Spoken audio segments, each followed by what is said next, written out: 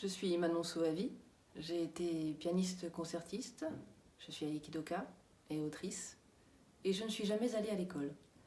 C'est un point qui mérite d'être mentionné, car cela m'a donné une vie radicalement différente et un regard à part sur notre société.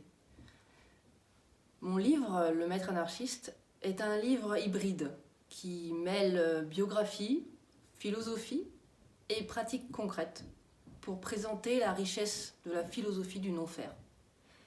Et en quoi elle peut être le chemin d'une révolution intérieure vers l'autodétermination des individus.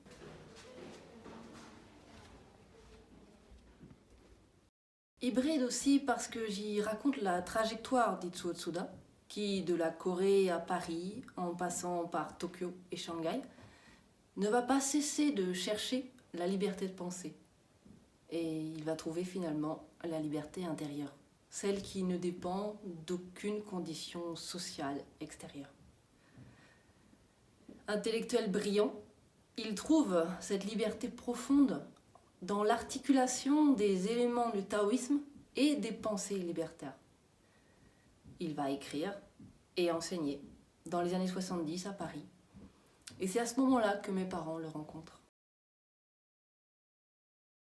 J'explore aussi dans ce livre ses racines, le taoïsme, l'anarchisme, qui n'est pas le synonyme de chaos et de violence, mais signifie au contraire l'organisation, l'auto-organisation sociale sans la domination.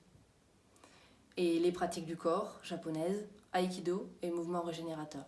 Puisque en Asie, la philosophie n'est pas le résultat du seul cerveau, c'est le fruit de la pratique.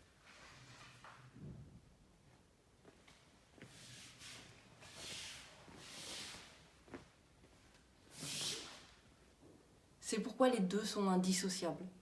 Et le non-faire, la respiration, sont à la fois philosophie et pratique. Et ce qui émerge tient de l'expression anglaise de l'empowerment, qui exprime le processus qui permet aux individus de prendre conscience de leur capacité d'agir et d'accéder à plus de pouvoir sur leur propre vie. Hybride aussi, car c'est presque une carte pour s'orienter différemment, pour vivre à un autre rythme, même au sein de notre société actuelle.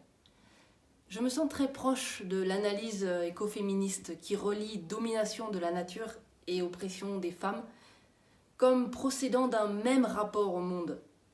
Conquête, séparation, exploitation. La question est donc comment retrouver notre nature d'être humain, notre rythme biologique, notre unité, notre instinct. Être suffisamment fort intérieurement pour mener sa vie. Il ne s'agit pas de réussir sa vie, faire des études, avoir un bon métier, un bon salaire. Ce qui compte, c'est comment nous vivons à l'intérieur. Vivre notre vie aujourd'hui est plus important que n'importe quelle réussite. Itsuo Tsuda disait « L'utopie n'existe nulle part, sauf là où l'on est ».